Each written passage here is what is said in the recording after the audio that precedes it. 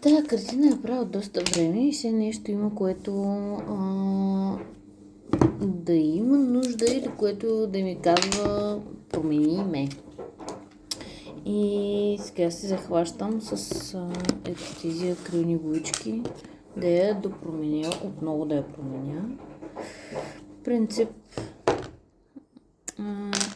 По принцип не работи с акрилни бои. Много рядко ги ползвам. Основно за акценти. Но от миналото лято реших да спра да подценявам, нали, този тип техника и бои и да им дам шанс. Сега малко ми е от другата страна палитрата. Ми се иска да е някъде и тук е така. Ето, преместваме. Да, много добро място. И какво ще направим? Почваме, разбира се, с бялото, защото май това основното, което искам да променя, са цветчетата. Нали, доста реалистични цветове, но толкова разпиляно съм ги маркирала, съм ги поставила и разхвърляла, че всъщност доста издават какво е моето вътрешно състояние. Липса на покой, айде така да го кажем. Което може би най-вероятно няма абсолютно нищо лошо. Но някак си като погледна картината ми се иска да има един по-различен завършък. Просто знам какво е усещането, което искам да носи. Или всъщност откъде пък ще знам какво е усещането, което искам да носи. По-скоро искам като я погледна и тя да ми каже, вече е готова. Което мисля, че е много завършено за всяка една картина, отколкото всичко останало. Хубаво е да имаме усещане за завършък. Обаче пък в същото време да сме смели и да си позволим да творим, да си отплеснем ръката, както се казва, защото някога по този начин се освобождаваме от неща, които сме задържали излишно дълго в себе си. Като страхове, като опасения и различните цветове, с които работим, те всъщност много ни помагат да се освободим от много тежки такива емоции. В ежедневието си вече взимаме и доста отговорности. Има ли деца, работа или желание за деца и работа, която да е по-така отговорна. Почваме да трупаме едни излишни задръжки и един стрес. Едно вътрешно подчинение, което не знам до каква степен е полезно. Даже мисля, че изобщо не ни е полезно. Нямаме нужда от толкова много задръжки. Да сме сдържани и примирени, смирени до някаква степен, да. Това не го отричам изобщо даже. Но трябва да можем да се отпуснем, за да излезе наистина нашето искрено и съкровено себе си, и чрез рисуването това е един метод, начин, по който може да го направим и красиво. Да се отпуснем и по един красив начин. Така че на няколко много му се рисува, ама се притеснява, че нещо не може спокойно да се свържи с мен и аз да му кажа къде си събериме да рисуваме. Да дойде и да порисува с нас. Малко да се освободи.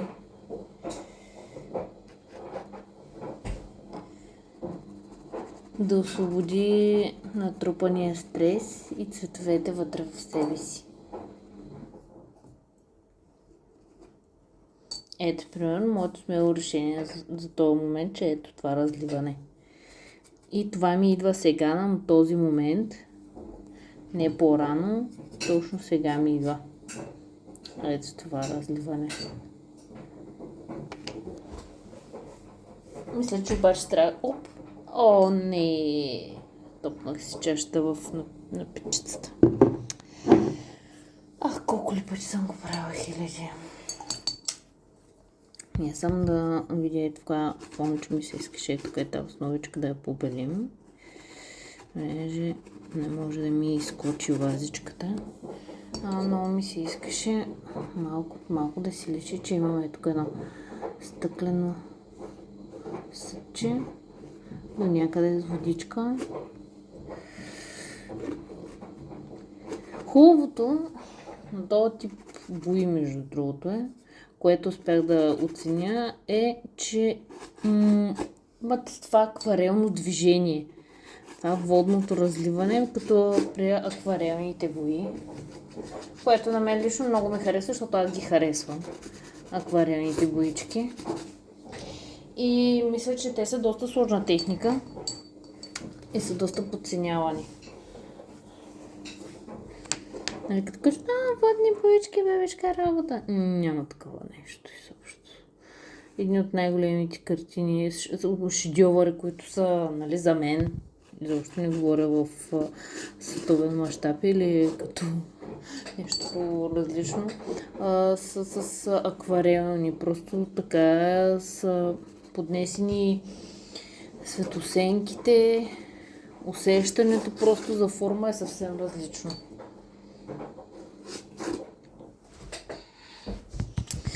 Така, сега ми се иска малко и зеленичкото да путнем и тогава ще приложим това разлятото, което преди малко започнах. Зеленички.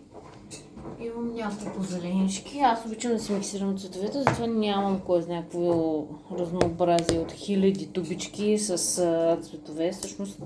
Всъщност имам. Даже съм ги понамалила. Но това е по-скоро от любопитството ми, коя боя, каква е, колко е гъста, как се нанася, как реагира, коя ще ми харесва на усещане повече. И пак, честно да ви кажа, стигнахме до момента, в който, нали, зависи твоята вътрешна смелост, какво ти позволява. До там стигнах аз.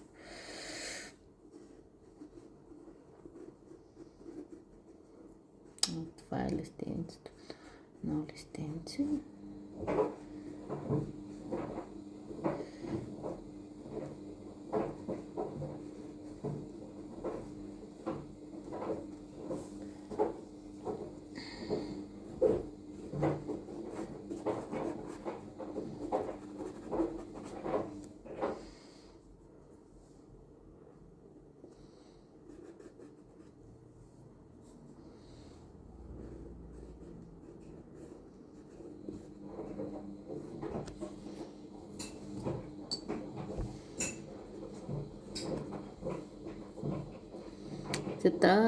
Тази картина отива при един много специален човек, при една майка, която скоро ще има рожден ден. И която знам, че харесва много тези цветя и въпросния розов цвят.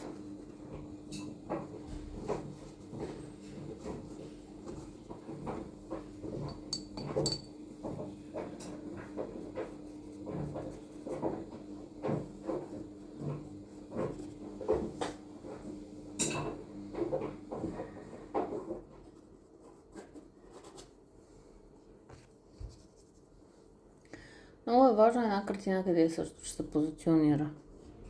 Има доста добри картини, които съчетание с кофти рамка.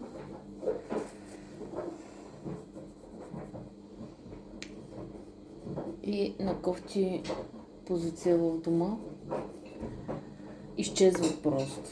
Какво имам в предвид под изчезват? Имам в предвид, че просто една картина може да ти подчертае и да ти направи дома доста силен и стилен. Тя си има, нали, психологическо въздействие заради форми и цветове.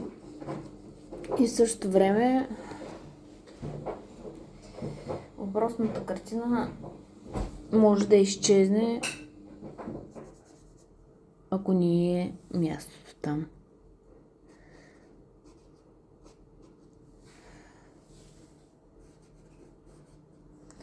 Така, сега.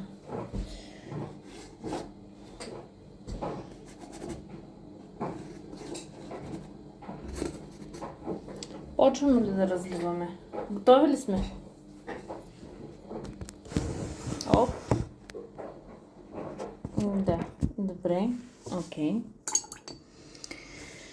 Какво ни трябва? Белинко.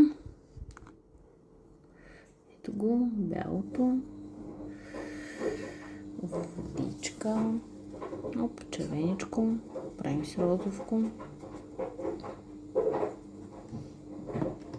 Правим го до степен, която да е хомогенна, нали? И в същото време по-рядка, за да може да имаме това разливане.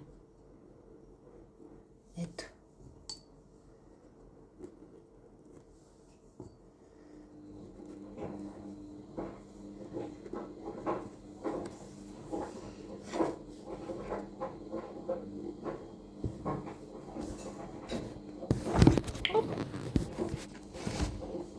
Искам да ви кажа, че аз не работя с статив. Това видео е супер непрофесионално заснето. Не е с статив, разбира се. Едва ли ви очудва. То е факт.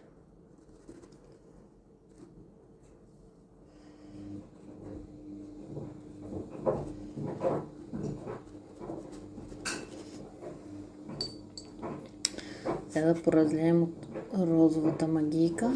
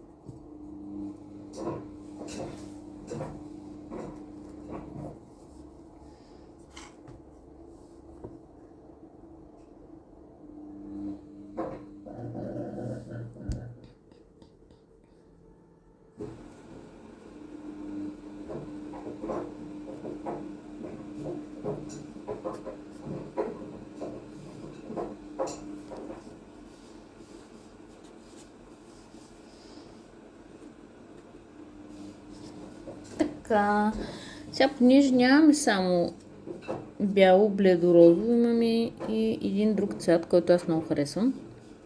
Доста е силничък. Си пуснем и от него.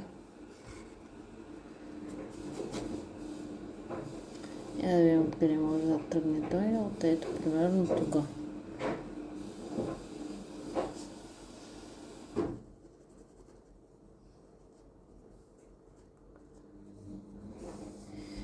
Смея да твърдя, че изобщо не направих силно. Толкова силен, колкото всъщност съм го нанесла. Вече мога да направя отново.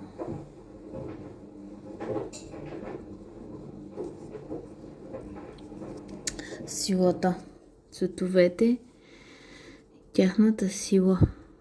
Може да кажем, дали може да сравним всъщност нашето вътрешно състояние и някой цвят.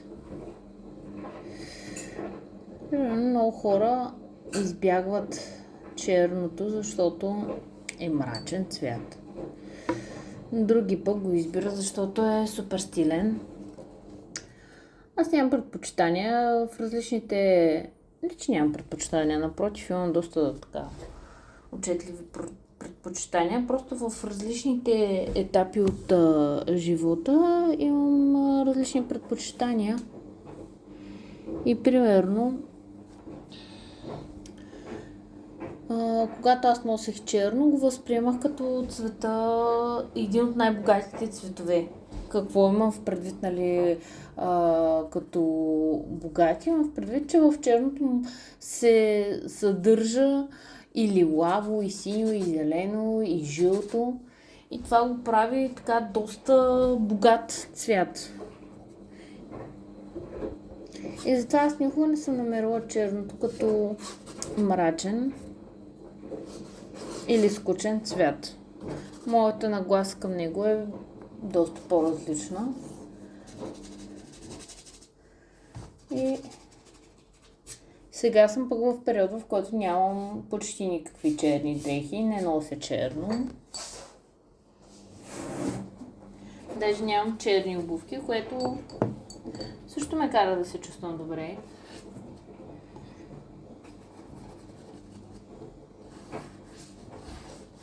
Просто това имам нужда в този момент. Затова пък сега почвам да преоткривам други нюанси, примерно като жълтото. Много дълги години аз всъщност не можех да възприема розовото като цвят. За сега, честно казвам, доста ми допадна как стана това ново замазване, което направих.